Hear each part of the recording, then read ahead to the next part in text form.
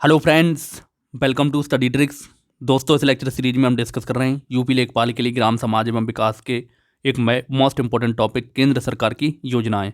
दोस्तों, आज हम डिस्कस करेंगे इसका पार्ट नंबर 2। इससे पहले हमने इसके पर एक पार्ट बनाया है और आप सब जानते हैं आपके लेखपाल के सिलेबस में जो ग्राम समाज एवं विकास है उसमें केंद्र सरकार की योजनाएँ दे रखी हैं।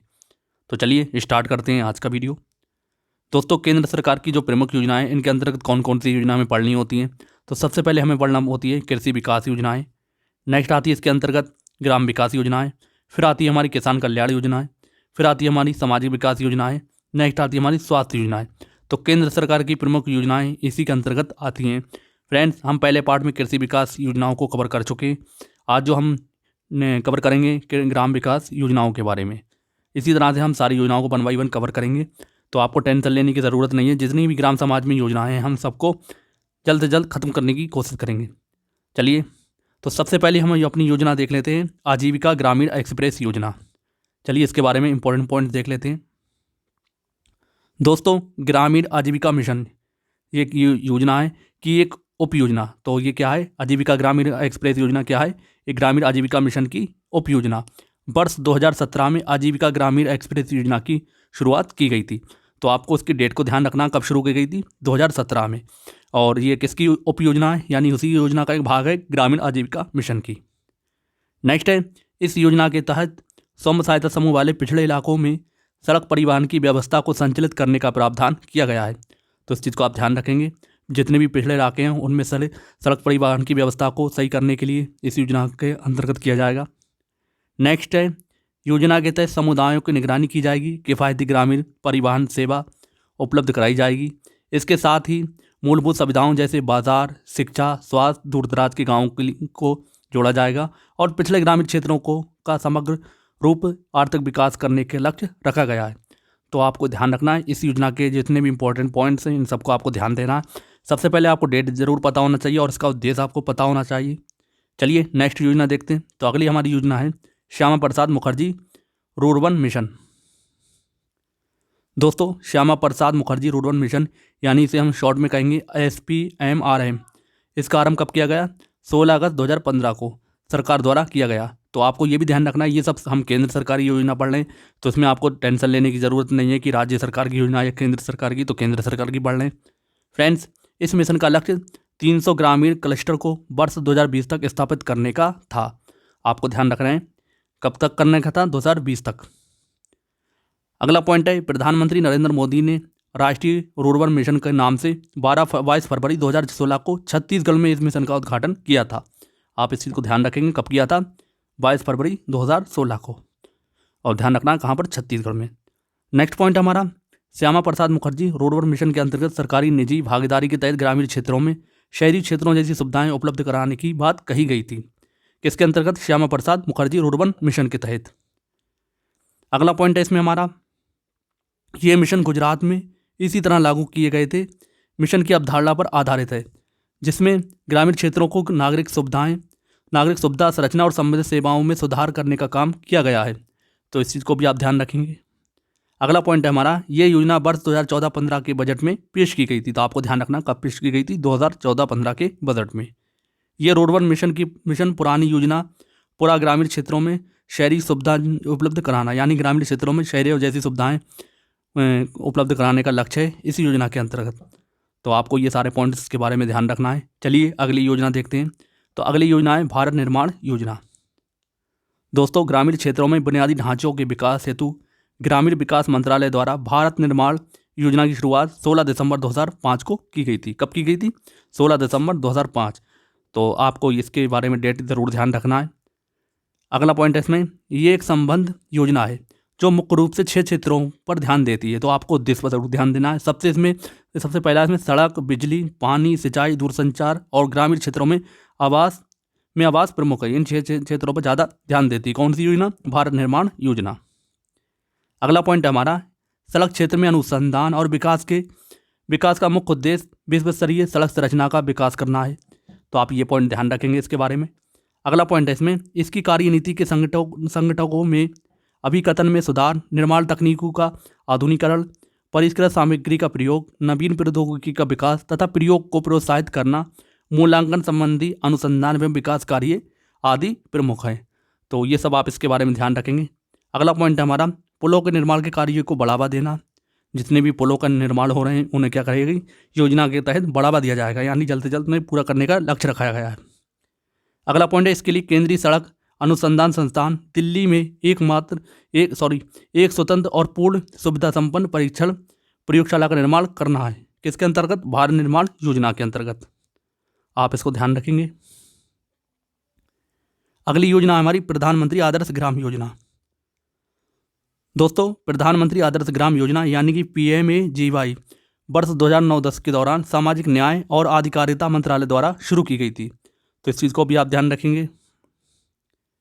भारत सरकार द्वारा इसे एक पायलट कार्यक्रम के आधार पर शुरू किया गया था। तो किसके तहत शुरू किया गया था, एक पायलट कार्यक्रम के तहत। इस योजना का उद्देश्य उन गांवों को समुचित विकास करना है जिसमें अनुसूचित जातियों की आबादी 50% से ज़्यादा है। तो इसके बारे में आपको ये इंपॉर्टेंट पॉइंट ध्यान रखना है। इस योजना को वहीं लागू किया जाएगा जहां पर अनुसूचित जाति कितनी है, 50% से ज़्यादा है। तो ये आपके लिए इंपॉर्टेंट पॉइंट है। ये योजना प्रारंभ में 5 राज्यों तमिलनाडु, राजस्थान, बिहार, हिमाचल प्रदेश और असम में शुरू की गई थी। तो इस चीज़ को भी आप ध्यान रखना है, ये 5 राज्यों में स्टार्टिंग में शुरू की गई थी। भारत सरकार ने वर्ष 2024-25 तक सभी पात्र यानी कि 26,968 गाँवों को कवर करने की योजना बना रही है। तो इस योजना के अंतर्गत 2024-25 तक कितने गाँवों को कवर किया जाएगा, 26,968। अगला पॉइंट है हमारा, इन गाँवों को ग्रामीण विकास एवं निर्धनता निवारण स्कीम के अंतर्गत जारी की जाने वाली राशि को अतिरिक्त 10 लाख रुपए दिए जाते हैं। तो इसके बारे में आपको ये पॉइंट भी ध्यान रखना है। अगली योजना देखते हैं, हरियाली योजना। दोस्तों, ये जल संग्रहण से संबंधित विकास योजनाओं की एक बहुआयामी योजना है जिसकी शुरुआत प्रधानमंत्री ने 27 जनवरी 2003 में की थी। तो इसको भी आप ध्यान रखेंगे, कब की गई थी, 27 जनवरी 2003 को। ग्रामीण विकास मंत्रालय के अधीन इस योजना को देश के 2,32,000 पंचायतों में चलाए जाने का प्रावधान किया गया है। ये भी अब इसके बारे में आप ध्यान रखेंगे। अगला पॉइंट है हमारा, इस परियोजना के अंतर्गत ग्रामीण क्षेत्रों में लोगों को वृक्षारोपण के लिए प्रोत्साहित करने का प्रावधान किया गया है। साथ ही 100 वृक्ष लगाने वाले व्यक्ति को वन रक्षक के रूप में नियुक्त किया जाएगा और पंचायत के माध्यम से उसे 100 रुपये प्रति माह का पारितोषिक प्रदान करने का प्रावधान किया गया था। तो इस चीज़ को भी आप ध्यान रखेंगे। अगली योजना हमारी जवाहर ग्राम समृद्धि योजना। दोस्तों, जवाहर ग्राम समृद्धि योजना पूर्व में चल रही जवाहर रोजगार योजना को पुनर्गठित, सुव्यवस्थित और व्यापक रूप से था, जो 1 अप्रैल 1999 में प्रारंभ की गई थी। तो आप इस चीज़ को ध्यान रखेंगे कि जो हमारी योजना चल रही थी जवाहर रोजगार योजना, उसी का एक उसी में सुधार करके इसे लागू किया गया था। इस योजना में GRY के अलावा NERP, RALEGP आदि कार्यक्रमों को भी नियोजित कर दिया गया था। सितंबर 2001 में जवाहर ग्राम समृद्धि योजना को भी संपूर्ण ग्रामीण रोजगार योजना में मिला दिया गया। तो इसके बारे में आपको ये पॉइंट भी ध्यान रखना है। अगला पॉइंट है, इस योजना का उद्देश्य ग्रामीण क्षेत्रों में बेरोजगार एवं अल्प बेरोजगार व्यक्तियों के लिए लाभकारी रोजगार के अवसरों का सृजन करना था। तो आप इसके उद्देश्य के बारे में ज़रूर ध्यान देना है। अगली योजना देखते हैं। अगली योजना हमारी राष्ट्रीय प्रदर्शन योजना।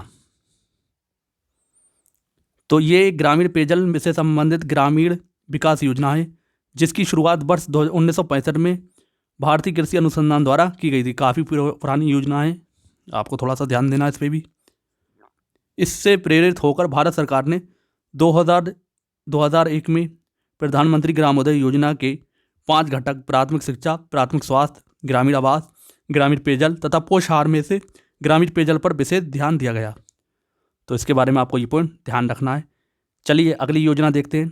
अगली योजना हमारी एकीकृत बंजर भूमि विकास कार्यक्रम।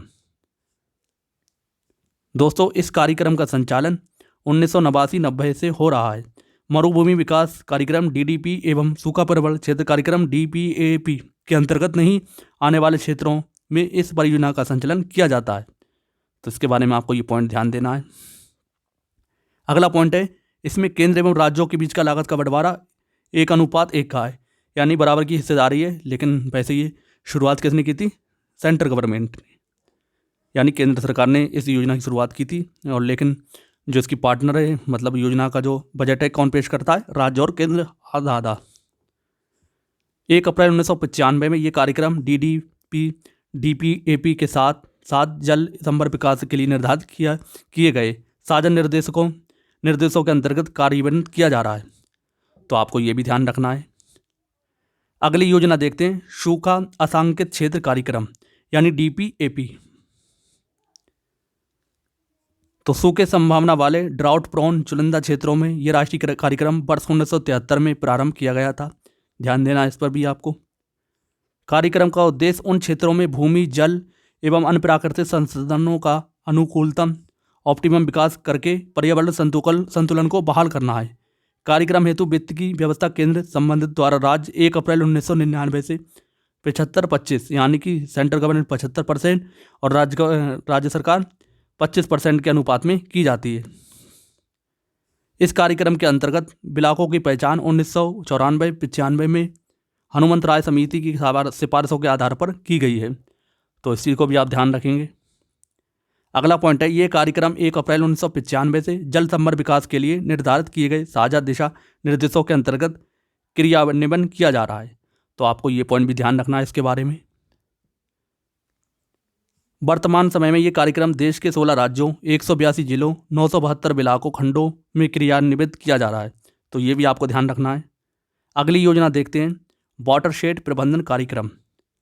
दोस्तों, ये किसी वाटरशेड में भूमि उपयोग और अन्य प्राकृतिक संसाधनों को दिशा देने एवं व्यवस्थित करने की प्रक्रिया है। तो इसके बारे में आपको ये चीज़ ध्यान रखना है। अगला पॉइंट है, भूमि के अवक्रमण और बंजर भूमि के समाधान हेतु वर्षा सिंचित क्षेत्रों की उत्पादकता को बढ़ाने भूमि संसाधन विभाग द्वारा वाटरशेड प्रबंधन कार्यक्रम संचालित किया जा रहा है। तो इसके बारे में आपको ये चीज़ ध्यान रखना है।